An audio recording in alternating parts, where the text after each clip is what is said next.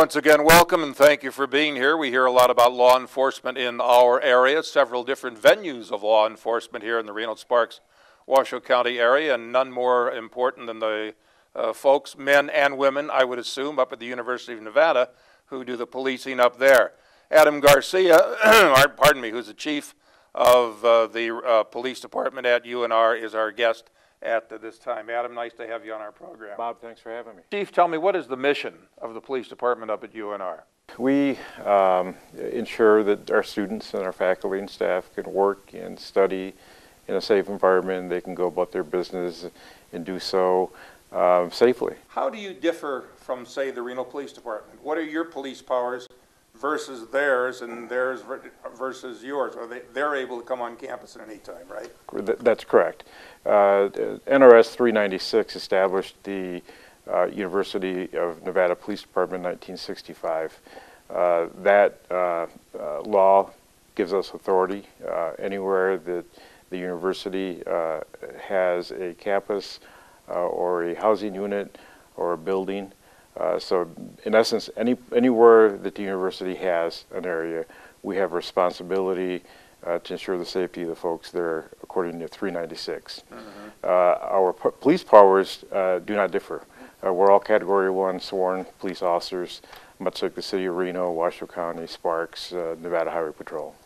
If you may, tell us about some of the biggest problems on campus. I would imagine, you know, late night fraternity, sorority parties, people calling in, neighbors saying, hey, they're making too much noise down the block. Well, what are they and how do you handle them? Right. We have a number of different issues that we have to address continually on campus.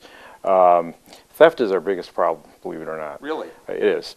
I think that there's a sense from students and others who come to campus who believe that they're safe on campus, that they can leave their laptops and cell phones and wallets laying about, and that is not the case. When you have the number of people that we have, our population is about 21,000, and on any given day we might have another 5,000 to 10,000 people, depending on what's going on campus. On that campus, it provides for a pretty crime-rich environment for an individual who may want to go there and do their thing. So we get a lot of thefts, bicycles, laptops, cell phones, wallets, credit cards, those types of things. Now when I say a lot, it isn't a lot, but that is our most response that we give is for larceny type of reports. We also deal a lot with drinking issues, as you might imagine, in that age demographic area. We deal with that mostly during the school year, but it's gotten to the point where the University of Nevada, Reno is a 365-year-a-day campus. There's always things going on, and Dr. Glick's vision that we would be a sticky campus, I think, has grown from his vision, and I think that's it's picking up with that. There is a controversy over the sales of alcohol at the university, particularly during football games. As you know, a lot of the universities around the country do not sell alcohol. Some do. We do here. What is your feeling on that, and how do you police it?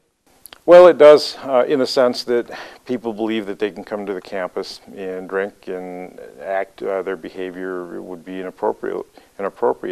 For the most part, the types of events that we deal with as it relates to alcohol behavior are outsiders, not necessarily students when it comes to football games. If state comes to town, the fans get a little bit rowdy. And does that become any kind of a problem for you? Absolutely. We certainly encourage fan-friendly behavior. That's what we want and that's what we're looking for, but we're also very prepared for other kinds of situations that may occur. File appearances, presidents, I'm assuming, yes, on sir. campus. How do you become involved in that? What are your specific duties? Well, we work very closely in those high-profile events with the Secret Service and the FBI and obviously the city of Reno, Washoe County, and we are a support to them. Obviously, they are the lead agency because their mission is to protect the president. Our mission while they're there is to support when they come. My guess would be that when the president comes, they lay down the ground rules and they tell everybody how it's going to be, right?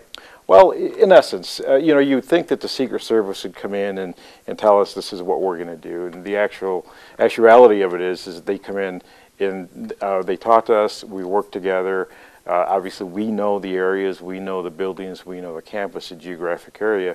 So they rely on us to give them input on how they're going to do their job and how they can manage it most effectively. So it really is a two-way street. It's cooperative in nature when they come. Now, let's talk a little bit about the campus safety program for women. Did you institute that where you can walk, young women can be walked to their cars at night by what I guess students who were a part of that patrol or something? Yeah, we did. We have instituted that over the last 4 or 5 years. Wildly successful program. We get a lot of very good compliments on it. We have students who are hired, they're in uniform. They provide escorts to anybody. It doesn't have to be a female. It can be male. It can be students. It can be faculty or staff. Our main goal is to keep them safe and get them to their vehicles so that they will remain safe. And so we do that. There is another program on campus that's called Escort, and they escort off of campus within a 1 or 2 mile radius. You'll see the vans. It says student escort on it. Ours is a little bit different in that we provide escorts from a building to, let's say, their vehicles, or a vehicle back to a building. In addition to that, I have my patrol officers who are working give escorts as well if it's requested, and they're not tied up on another call. How do you recruit your officers? I would assume some have prior police experience? We do. Most of the folks that we have, however, have either been there a lengthy period of time, or we hire them, send them through the academy, and put them on the street. I'm probably one of the few who comes to the department with a lot of experience on the outside. I come from the Detroit area. Spent 20 years really in that area before I came out here. In the UNR Police Department, is everybody like a rank and file officer, or do you have a detective division, and what do they do? We do. The breakdown of our department is non-traditional. We have obviously the chief. I have 3 commanders, soon to be 4, who help run the department. We have 2 detectives who work plainclothes, and they follow up on cases as appropriate. Then we have patrol officers underneath that. All the time? All the time. Incredibly busy. And the reason that detectives are important and necessary in our department is that some of these cases take quite a length of time to investigate. They're not cases you can take one night and be done with it in the morning. They're cases of tracking down witnesses and victims and gathering information and appearing in court. It could take weeks and sometimes months. Okay, when your job is done, what is the next judicial step? Does it go to the municipal court, city court, Washoe District Court? For the most part, most of our cases go to the city attorney's office.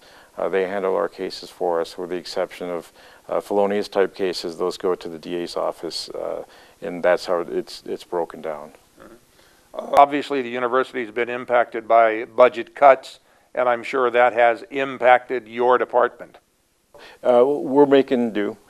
We have lost a number of positions over the last 4 years, but at some point we had a cushion, and that cushion is now gone. However, I think that the number of officers that we have provides us with an appropriate number of personnel and staffing to do the work that we need to get done. Of course, everybody wants more, and sure, I would love sure. to have additional officers. I notice when I go up to the university a couple of times a week that everybody, at least the students, seem to drive, you know, at the speed limit, and they're very cautious about people walking through crosswalks and that type of thing. What kind of traffic patrol do you folks have? Well, again, this is much like the football games we discussed earlier.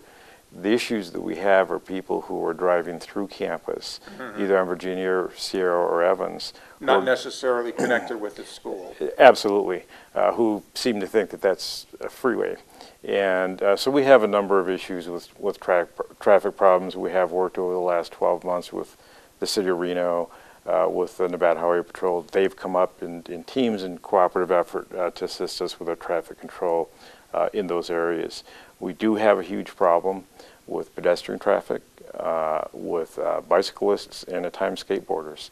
And those we can probably attribute to students, just not being attentive to walking, to traffic, and in other areas. Matter of fact, in a couple of days we are going to be having a enhanced enforcement on Virginia Street and Sierra Street with additional officers out as part of an OTS grant to ensure the safety of our students and others. Guns on college campuses, a big story, a big national story from a lot of places here in our country. How about here at the University of Nevada, and what is your feeling on that? Well, the Nevada State Legislature passed a law some years ago that prohibit dangerous weapons on campus, including handguns. As you may know, during the past legislative session, there was an attempt to have that law changed so that people can carry guns on campus. My assumption is that this coming legislative session in 2013 will probably include similar types of attempts to make that change as well. Are you at liberty to say what your personal feeling is on that matter? No, actually I made it very public, and I wrote an editorial for the Reno Gazette-Journal last time.